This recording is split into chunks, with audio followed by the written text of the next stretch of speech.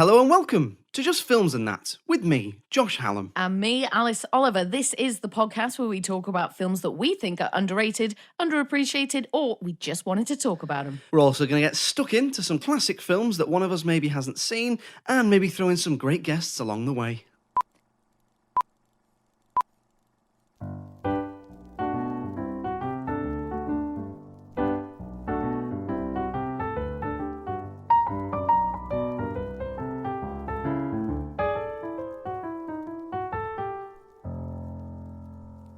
Alice, as ever, we'll start with a random question. What is, if you've got one, your hangover cure? Oh, more beer?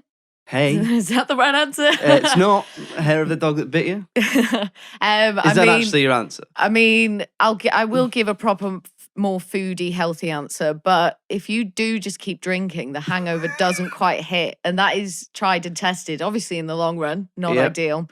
But don't you find like if you wake up and then you've got that awful dry mouth and your head hurts, and then just like a nice crisp bottle of Peroni or something. The Keith Richards approach. Oh, yeah.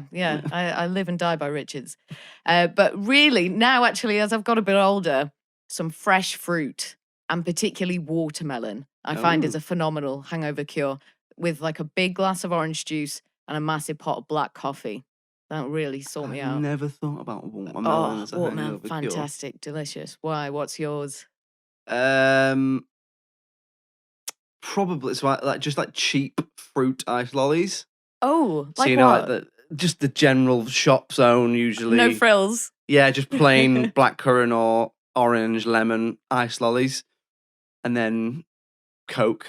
Oh yeah, Coca-Cola. Yes, I mean, yeah, of course. That's what we meant. Coca-Cola with ice. Yeah. Fizzy, cold, refreshing. All that make stuff, you burp. Oh, gross. Maybe Lucozade.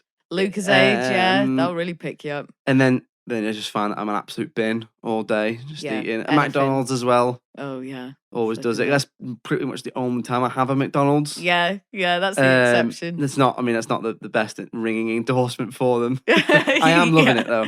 I am loving it.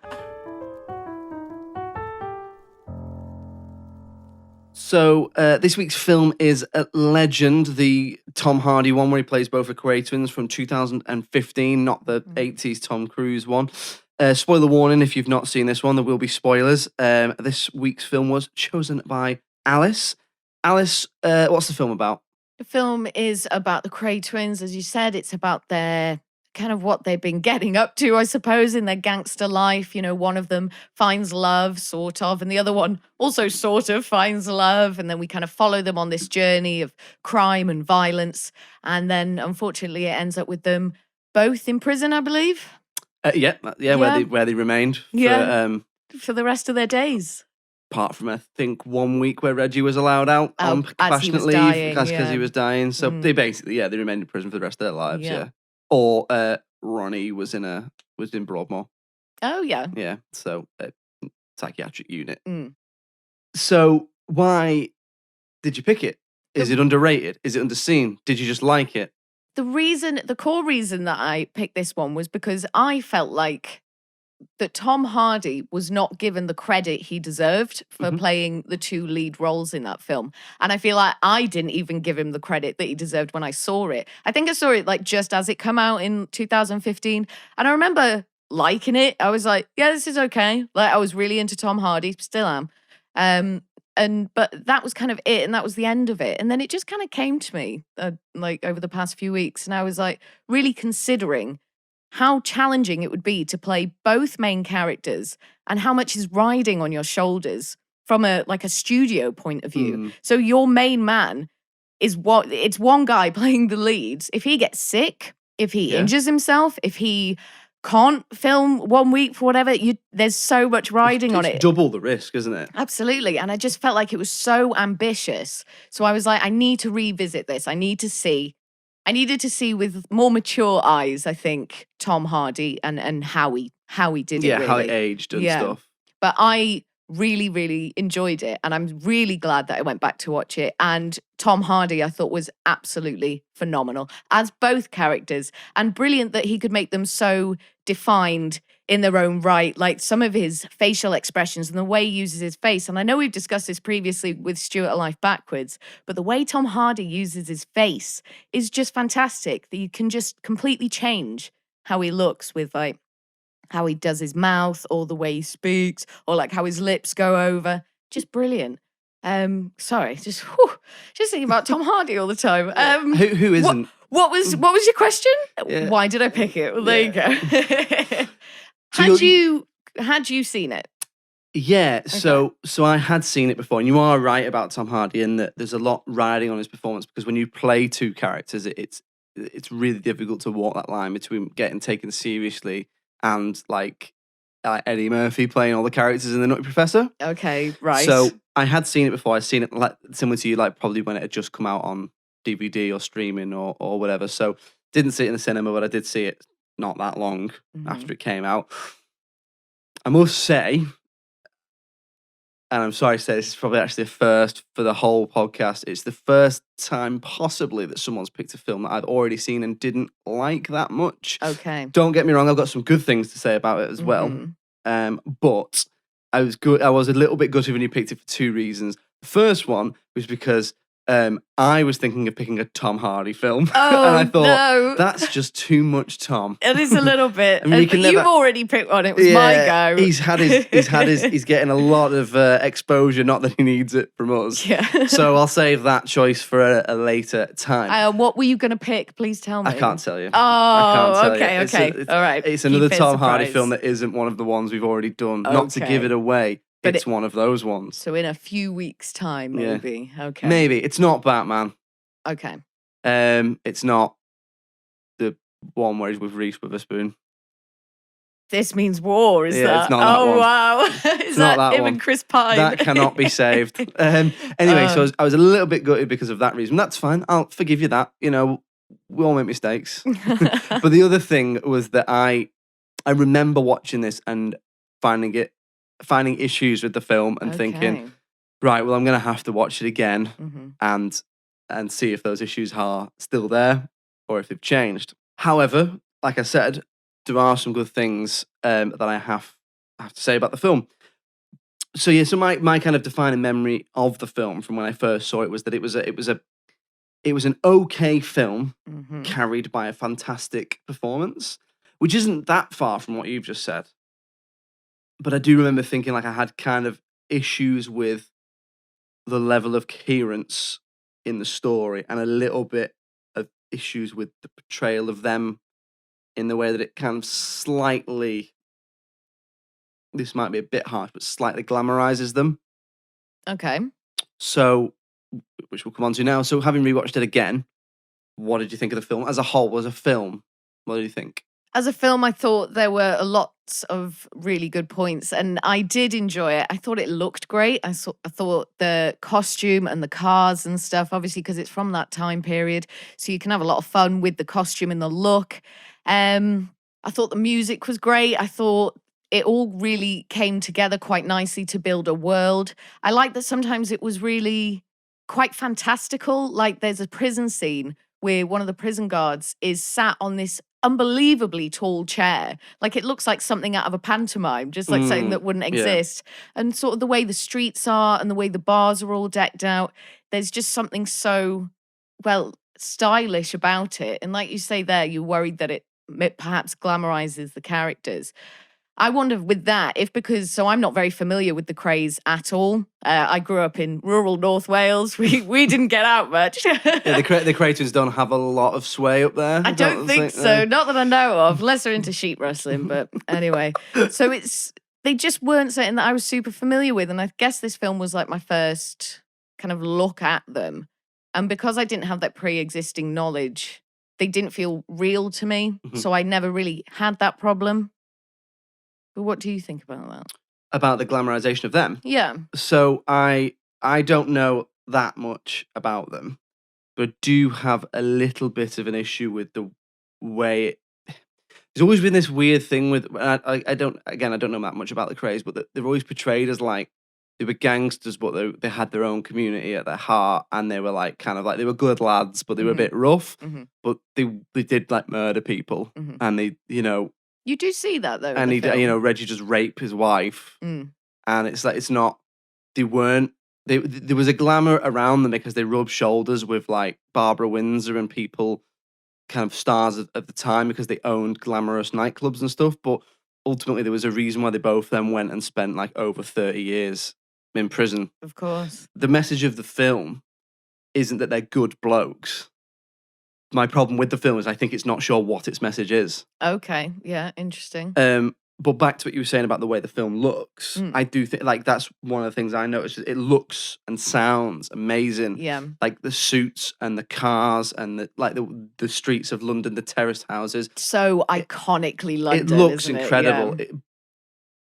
But it does look. It almost looks a little bit too polished. Yeah, bit shiny, definitely. I was Like thinking every that. single suit is ironed within an inch of its life, not a speck of dust. Every single car, like it looks like it's just come straight out the showroom. Yeah, there's no rubbish on the streets or there's anything, no rubbish trash on the or streets. anything. I mean, that might be on purpose.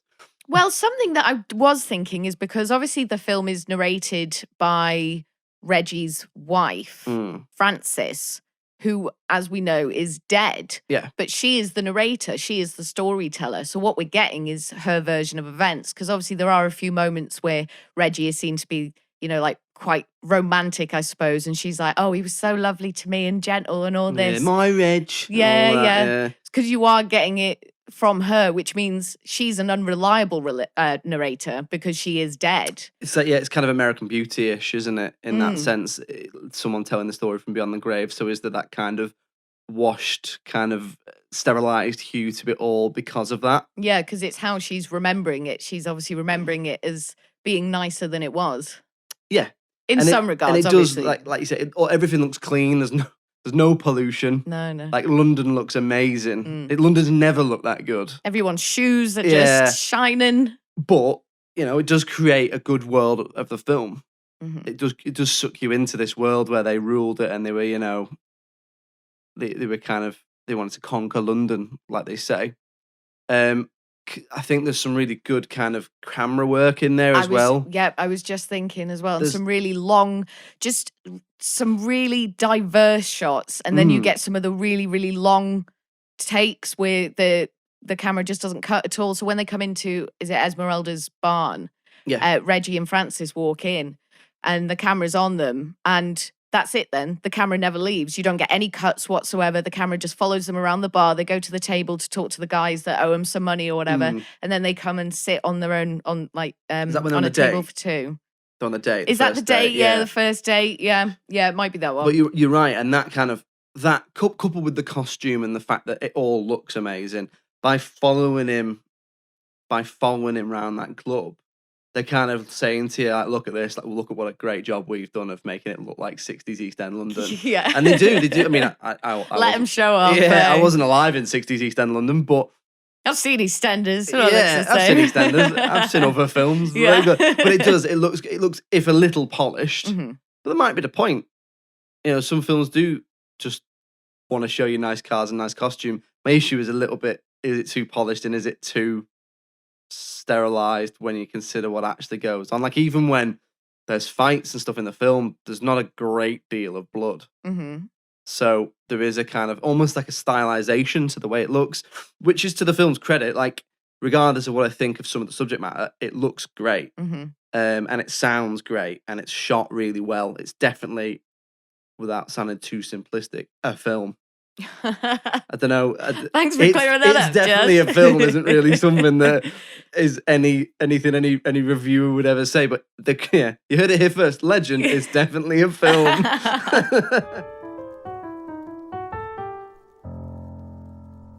So I thought it was very funny as well. I don't know if you got this, but just some of the jokes, some of the chat between the guys, obviously.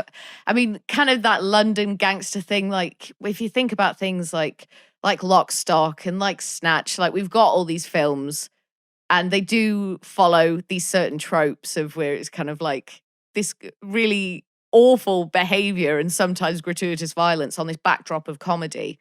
And I do think you did get that. And I did laugh a few times. It's the way they talk very lyrically. They're speaking in poetry. Mm-hmm. It's quite stylized. I've never met anyone who speaks like that, because you'd have to literally think about what you were saying and write it down and then read it out again because it's so lyrical, it's so well thought out, it's so precise. The really famous scene in the bar where they have the fight and he's, got the pint of Guinness, he's talking about the pint of Guinness and then he's talking about how it's not a fair fight and he kind of goes, so I brought these and he's got 2 knuckle dusters. And that is, again, it's back to the stylization of the film. So there is really dark moments when you actually think about what's going on. Mm. There's just a bunch of guys beating the absolute shit out of each other. Yeah. But there is a dark humour to that. Yeah. Yeah. Do you remember any of Ronnie's, what does he say? He says like little quotes or like riddles. Is that when he talks and he about says something about blood being thicker than water and turns it into like, he just has a really dramatic way of speaking, I find, Ronnie sometimes. And then he's like, because a lot of the time he sort of comes off as a bit slow because he's just like not quick to react or whatever. And he's got like this slack jaw and stuff. But then like he'll just say like these really, in perhaps another context, like really sort of meaningful and poignant, life lessons. Yeah. I think he says a few to Francis. Yeah, he says a lot of like existential stuff That's about it, life, doesn't it? It's like existential, that's the word. Towards the end, but her character dies. He says something about having to cut off a piece of yourself to. It's like you have to cut off a piece of yourself to show someone you love them, or in order to get through life, you sometimes have to cut a piece of you off and leave it with the past, or it's something like that. And I know what you mean. He comes out with this really eloquent, existential style statements whilst also talking about just wanting to like murder everybody. So I know what you mean. So the main thing about this film and the main reason you picked it is it's all on Tom Hardy. So having watched again, what did you think of his portrayal? Was it better than you remember? Was it not as good? What did you think? It was better than I remember, certainly, because you feel very different ways about Reggie and about Ronnie. So like in the sort of wider world or whatever, you just hear, oh, the KRAY twins. And then I suppose you just make assumptions of what they are like, but they themselves are individuals and they're very different as well. So obviously Reggie is, smooth talker. He's very good looking. He's really kind of ambitious and driven. He is.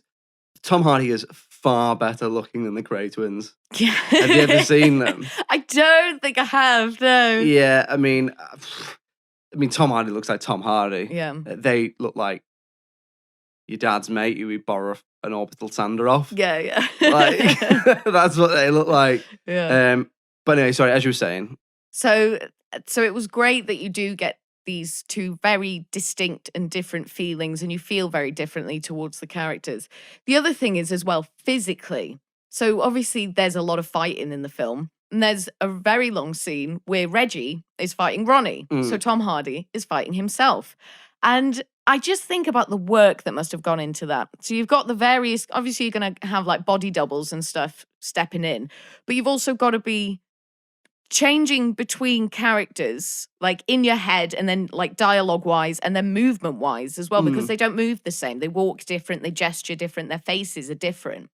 So I just think he did such a great job given the task that he had to do. And I think just massive kudos to him. Yeah, but no, you are right. It's all on Tom Hardy's performance. And despite kind of my issues with the film, he is great in this. Like you say, the way he changes physicality. Like there are times when, even though obviously I know they're identical twins, but Ronnie looks physically bigger, and it's I think it's meant to be that he had more weight on him, which obviously because they're identical twins doesn't mean one can be fat and one can't, kind of thing. So yeah, so Ronnie looks physically bigger. He's like hunched over. He's got that, like you say, slack jaw. He changed his gait. He changes the way he walks. He changes.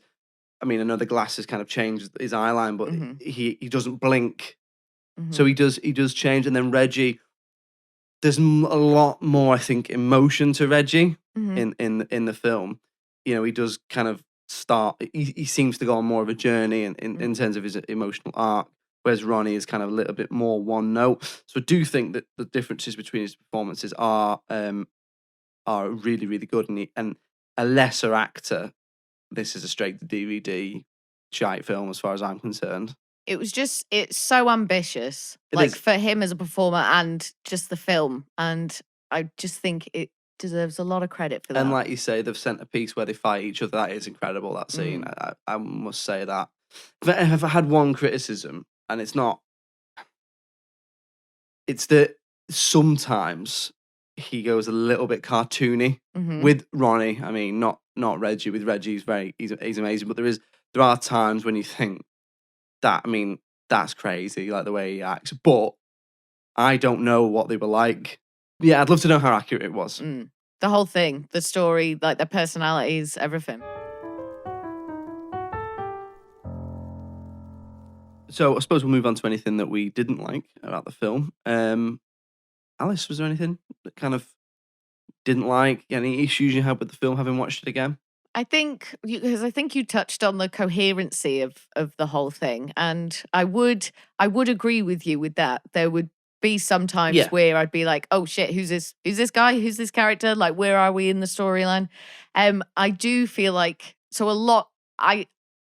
For me, obviously, the film is told from the point of view of Frances, and so that's how I take. That's how I take it. So when it gets to a scene where it's like, oh yeah, I don't really know what's going on here, maybe it's because she wasn't there. She can't give you the full detail. So that's interesting. I never thought of that. So you're very much using the narration as a that's the eye through which you're viewing the story. So if anything's wrong, it's because she wasn't there, so she's extrapolated what she did know. Yeah. See, that's interesting because I never thought of that because I do have some issues with the cohesion of the film, and I do have some issues with the narration.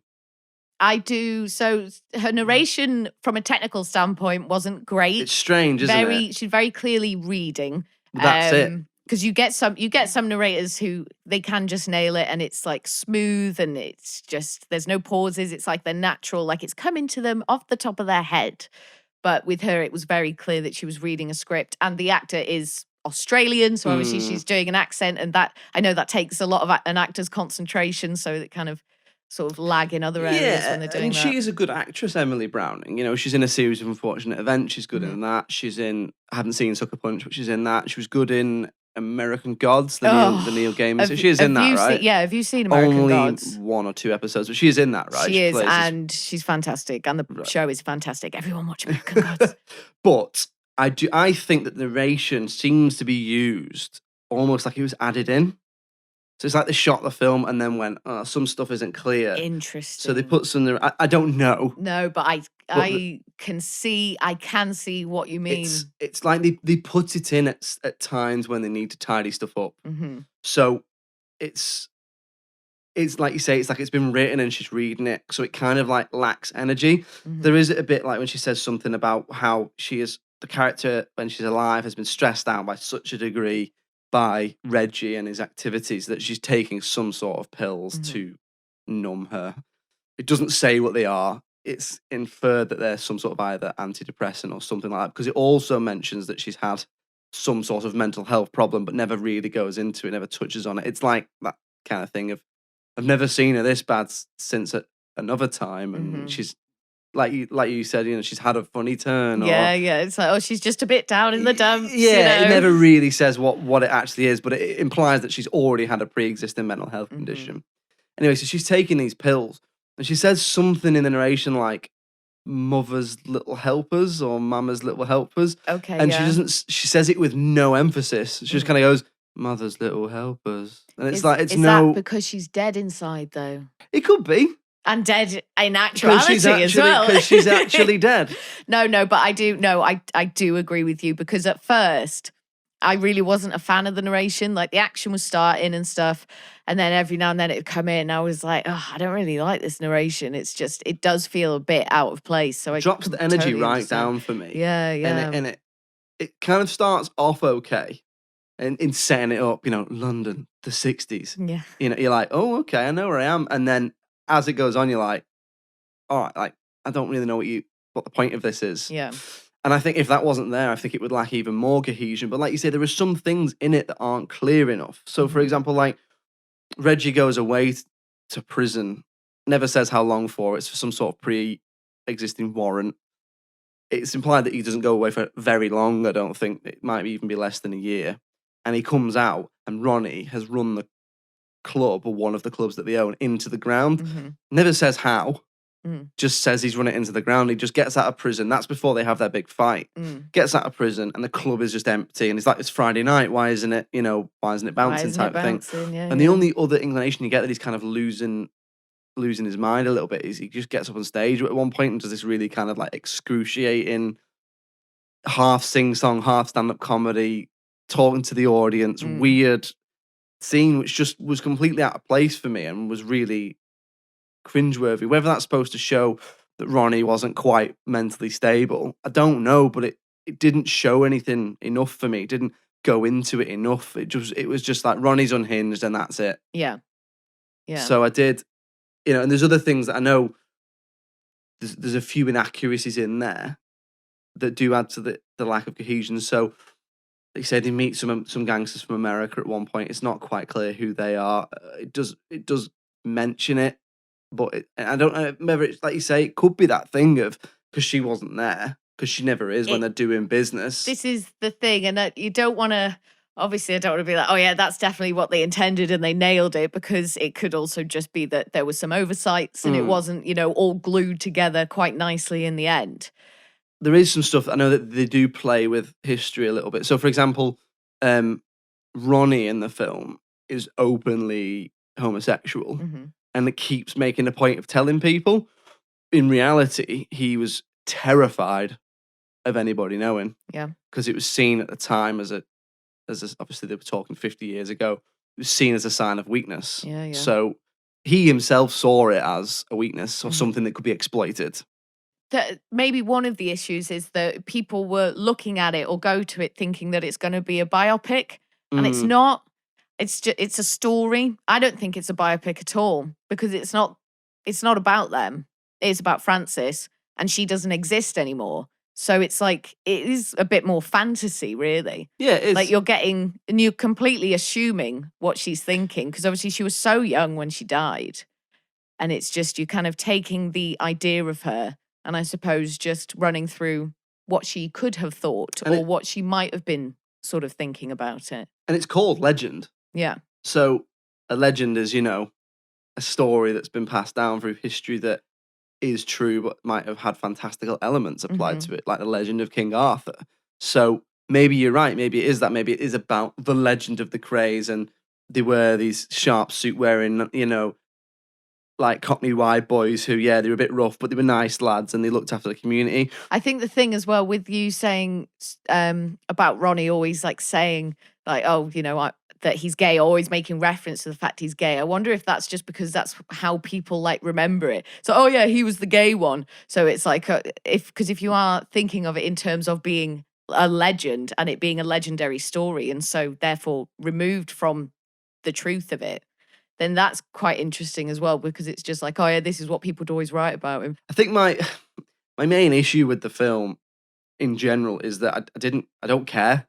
Yeah. Like, I don't care about them as people. I don't want them to succeed. I don't want them to be happy.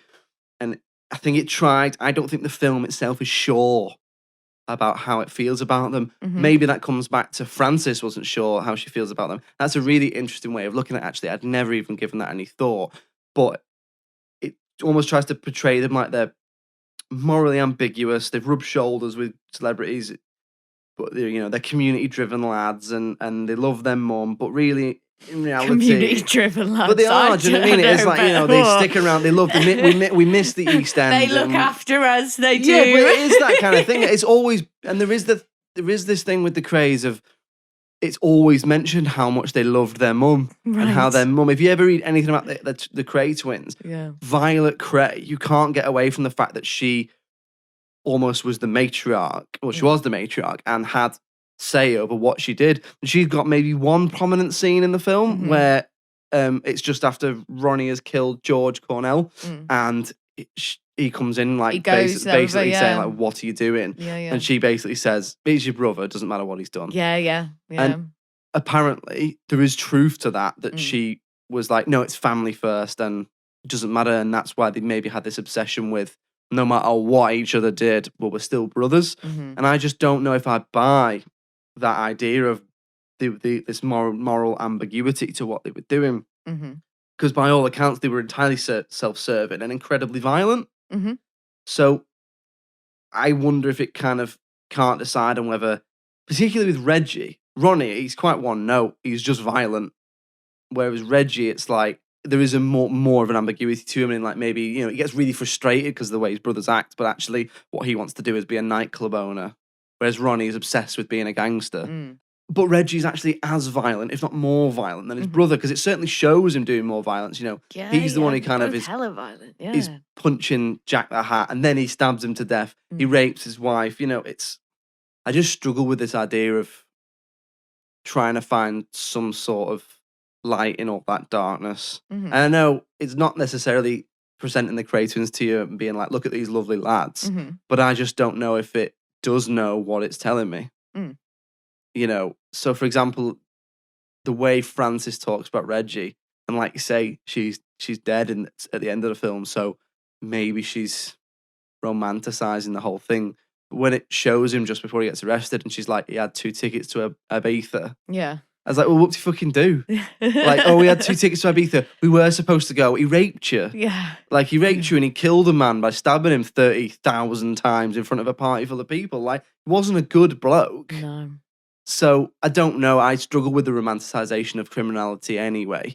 But I was just unsure as what the film thought it was. And but that doesn't mean there wasn't good things I couldn't find in it. Yeah. But obviously that is something that you don't quite go away as satisfied as you could, because you are just sort of left thinking, like, it ends and then you're like, oh, hang on, like, what's the real resolution? And if the film doesn't know what it's trying to be, you can't truly have a proper resolution, which is obviously what you want after you've seen a film. Exactly. And I suppose if it's based on real events and the conclusion was they went to prison and died, well, it's not really got, I'm not saying it had to have a happy ending, but it didn't have a satisfying ending, did it?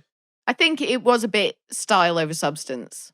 That's probably, style over substance, and the actual substance itself came from a place that it's hard to get any substance from. So you have to paper over the cracks with style. Yeah, but which they did a great job of. It looks amazing. Looks lovely, but just isn't as good in itself, perhaps.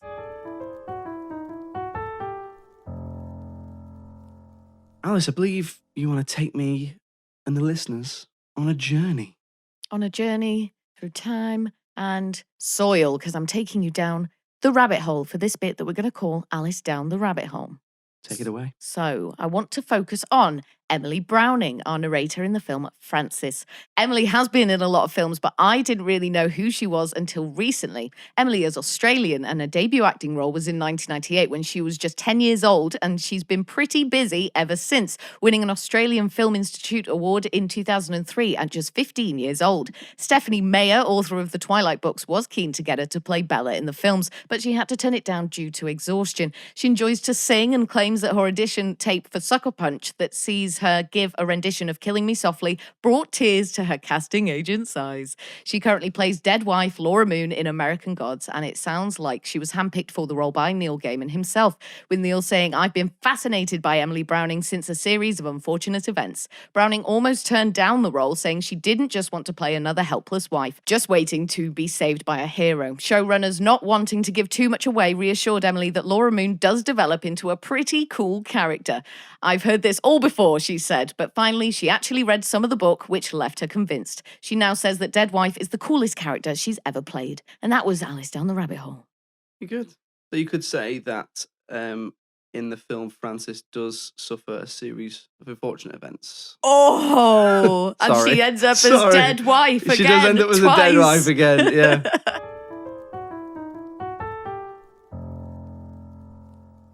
So we'll move on to the critical reception of the film. What do you think we're looking at, Alice? How do you think this did? Good, bad? So taking into consideration some of the things that you said, I completely agree, and I can certainly see where you're coming from. So thinking about that, I do wonder if that would put people off, and feeling like that, as it doesn't quite know what it wants to be, that people find that a bit dissatisfying. So I wonder about that. I don't remember it doing fantastically well when it came out. It just sort of came and went. People were like, oh, Tom Hardy's new film, and then it went. I'd kind of forgotten about it after I saw it, but I do think Tom Hardy did such a great job. If I was going to score it, I would give it an 8 because of Tom Hardy. I would. But I suppose as a film on the whole and for audiences, I don't think it did that well. I'd go maybe 7. and then maybe sit on 7. Yeah, so you're not far off. So on IMDb it gets 6.9. Oh, okay, yeah. On Rotten Tomatoes, the critics give it 61% and the audience give it 59%. So that kind of evens out at a 6.5 out of 10. Do you know what people didn't like about it? What are Pretty people much saying? what we've said. Yeah. I think that the lack of cohesion, the kind of style over substance element. My recollection is that it was all about Tom Hardy's performance, and anything less than his performance was kind of just fell by the wayside. Yeah, So yeah. my favourite part about the critical section of this film is if you look at the DVD, they've hidden a 2-star review. Oh, really? If you look Cheeky. at the DVD, between the two KRAY twins, there's a 2-star review surrounded by 4-star reviews. And it makes it look like the two KRAY twins block out the extra 2 stars. Yeah, so that's a bit sounds cheeky, familiar, yeah. But I think the main issues with it was style over substance and lacked kind of cohesion in the script and in the direction. So what do you think? I'm guessing you think it's probably... I think that's underrated. I do think that's underrated. What was that? 57? 59 59 from the audience, that the audience gave it? 61 about 6.5. I feel like that's harsh, personally. See, I'm afraid I don't. Really, a 59? Yeah, I think it's overrated. What? Yeah, I would put that like wow. 5. For me, it just... Tom Hardy's performance elevates it from bad to okay. It lacks that narrative cohesion. There's some issues with the script. There's some issues with the way... taking away my personal issues kind of with... I sound like Mary Whitehouse or something when I'm talking about this. Glamorization of the criminal class. It's not that. It's just... Boring, Josh. I just don't like the way it makes them look like they were just kind of cheeky chappies when in fact they were violent criminals. But, that aside, I think the film lacks a bit of direction. And I think that's a shame because obviously there's a lot to say and there's a lot to tell. Like the KRAY twins are obviously very interesting people in their own right, and I'm sure like that there would be a good film about them out there or somewhere. A TV series or something. Yeah, like the potential is there. You've got the source material. They did all these things. Like you haven't got to make it up. So I suppose it would feel very dissatisfying if you were going into it thinking you were getting something and it just didn't deliver. 2-dimensional, I guess. Yeah, so there we go. I haven't really changed really. I think it's a good film, but it's a great performance in an okay film with some issues. So, unfortunately, we're kind of tied on what it is. Yeah, I think underrated for sure. You say underrated, I say overrated. So what we'll do, we'll put it to a vote on Twitter. Okay. So vote, interesting. Is Legend underrated, overrated, or appropriately rated? We'll put it out and let us know, and we'll tweet the results. So it should be interesting. I will be interested to know actually. Very interested. I've met a lot of people who really like the film. Okay. Like I've not met many. In fact, other than my partner who watched it at the same time as me, I don't know if I've ever met anyone who disliked it as much as me. And yet the reviews are. And yet the reviews aren't great. So, we'll see what everybody says. Yeah, interesting. So next week it is my turn to pick a film. So we will be watching. It's funny you should mention American Gods and Neil Gaiman, actually, because next week we will be watching Stardust. Okay, Stardust. Have I seen that? You know what? I can't remember if I have. Well, that's what we'll be watching next week, so it'll be interesting to see what you think. Yeah. Please do get in touch. Let us know what you thought about Legend. Please do vote in the poll so we can actually get an answer other than just me and Alice voting in it. If you'd like to get in touch, it's filmsandthatpod@gmail.com, and the Twitter is @films_that. And we're on the old Facebook and Instagram as @filmsandthatpod. Thanks very much for joining me, as ever, Alice Oliver. Thank you, Josh. Pleasure as always. We look forward to seeing you next week. Cheerio. Bye.